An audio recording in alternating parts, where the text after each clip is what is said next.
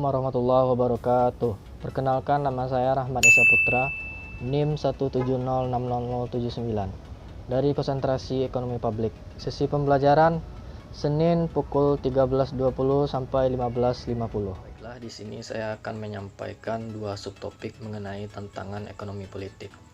Yang pertama yaitu dampak perjanjian internasional terhadap demokrasi. Bencana keuangan pada tahun 2008 itu menimbulkan masalah buruk dalam tatanan ekonomi global. Kemudian kekacauan ini menjalar ke krisis politik, yang mana hal tersebut membahayakan hubungan antara kapitalisme dan demokrasi. Menurut pandangan Wolff, seorang pakar ekonomi politik, perjanjian internasional hanya membela kepentingan perusahaan besar.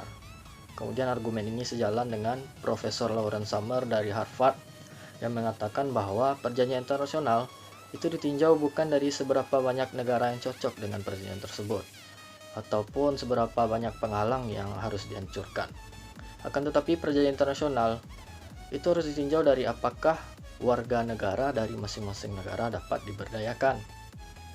Menurut Wolff, selama 3 dekade terakhir, ekonomi global telah memberikan hak istimewa kepada para elit yang melihat pendapatan dan kekuatan politik mereka berkembang dengan mengorbankan jumlah pekerja yang jauh lebih besar, yang melihat pendapatan mereka terhenti dan pengaruh politik mereka berkurang.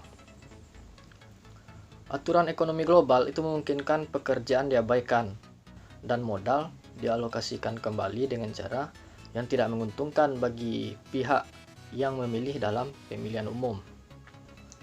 Pasar global harusnya mempromosikan pilihan-pilihan individu sebagaimana bentuk pemerintahan demokrasi, melindungi hak rakyatnya. Namun yang terjadi adalah perjanjian internasional itu selalu menguntungkan perusahaan besar. Karena kenapa? Karena perusahaan tersebutlah yang akan mendukung kandidat dalam pemilihan umum. Dengan kata lain, perjanjian internasional tidak berpihak kepada buruh, aktivis lingkungan, atau masyarakat sipil lainnya. Perjanjian internasional dipandang sebagai upaya untuk memberikan perusahaan besar pengaruh dalam pengambilan keputusan politik. Para milenial mencari pekerjaan dengan sia-sia, sehingga terjadi kerusuhan pada tahun 1999 di Seattle. Para pengunjuk rasa tersebut mengambil alih salah satu kota di Amerika untuk menyuarakan oposisi terhadap salah satu organisasi internasional, yaitu World Trade Organization, atau kita kenal sebagai WTO. Jadi, para pengunjuk rasa tersebut berpendapat bahwa WTO akan menurunkan standarisasi kerja mereka, kemudian melenyapkan serikat pekerja, mencemari lingkungan, dan membahayakan kesehatan masyarakat. Hal utama yang diprotes adalah kondisi-kondisi yang seperti itu tentunya akan merusak demokrasi, menggantikan pemerintahan yang demokratis dengan orang-orang dari badan internasional yang tidak bertanggung jawab. Wolff sebagai pakar ekonomi politik menguraikan dua alternatif yang menakutkan untuk mengatur ulang sistem kapitalisme internasional yang digerakkan oleh para elit saat ini. Salah satunya adalah plutokrasi global, yaitu seperti yang telah terjadi pada Kekaisaran Romawi. Bentuk pemerintah republik mungkin akan bertahan, tapi kenyataannya akan hilang. Jadi plutokrasi yaitu suatu sistem di mana kekuasaan politik dipegang oleh orang-orang kaya atau para kapitalis. Kemudian pilihan lain muncul di panggung politik adalah demokrasi non-liberal atau yang bisa dikenal dengan kediktatoran langsung, di mana para penguasa yang terpilih akan melakukan kontrol atas negaranya dan para kapitalisnya. Sebagai saran untuk fenomena ini adalah kapitalisme dan demokrasi itu harusnya bertumpu pada cita-cita yang sama bagi setiap individu, dengan cara saling berbagi dalam pengambilan keputusan politik yang terbaik. Jadi selanjutnya mengenai demokrasi di Indonesia. Indonesia menjadi sorotan bagi negara-negara lain di dunia karena perjalanan panjangnya menuju demokrasi.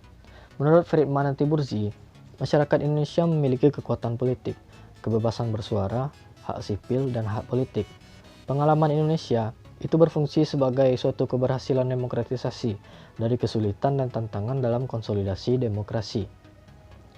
Kemudian kedua peneliti tersebut, Friedman dan Tiburzi, itu mengkaji seberapa baik demokrasi di Indonesia dan apa saja tantangan yang berlanjut. Adapun tantangan yang dihadapi oleh Indonesia pada saat ini adalah yang pertama korupsi, kemudian yang kedua adalah perlindungan hak-hak minoritas, dan yang ketiga adalah radikalisme Islam. Yang pertama yaitu korupsi. Sebagaimana yang kita ketahui bersama, korupsi sudah biasa terjadi di Indonesia. Setiap tahun ada kasus korupsi. Bahkan dalam setahun ada beberapa kasus gitu kan. Lantas apakah pemerintah telah gagal dalam hal ini? Kalau menurut saya tidak. Sebenarnya pemerintah sudah berupaya, namun sedikit keberhasilan dalam menangani kasus ini. Hal ini terjadi kemungkinan ya karena Indonesia merupakan negara berkembang. Budaya kemiskinan masih tetap saja ada di negara ini.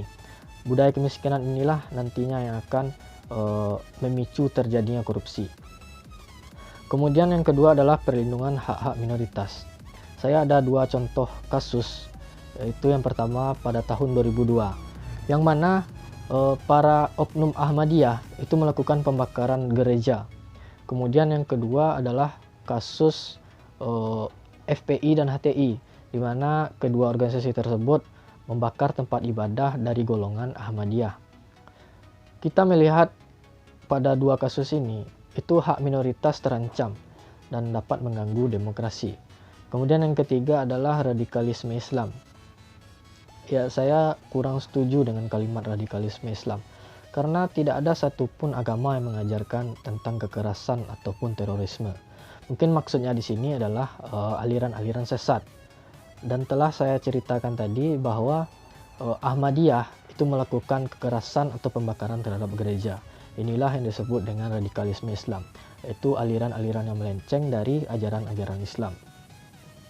Kemudian Friedman dan Tiburzi itu melihat ada beberapa hal yang harus digarisbawahi dalam demokrasi di Indonesia. Yang pertama adalah akuntabilitas, yang kedua supremasi hukum, dan yang ketiga adalah keadilan sosial. Kemudian beberapa perdebatan juga muncul dalam demokrasi. Yang pertama yaitu keterlibatan kekuatan negara, yang kedua tingkat otonomi, yang ketiga adalah masyarakat sipil, dan yang terakhir adalah suara masyarakat, baik yang dimiliki oleh negara maupun yang tidak dimiliki oleh negara.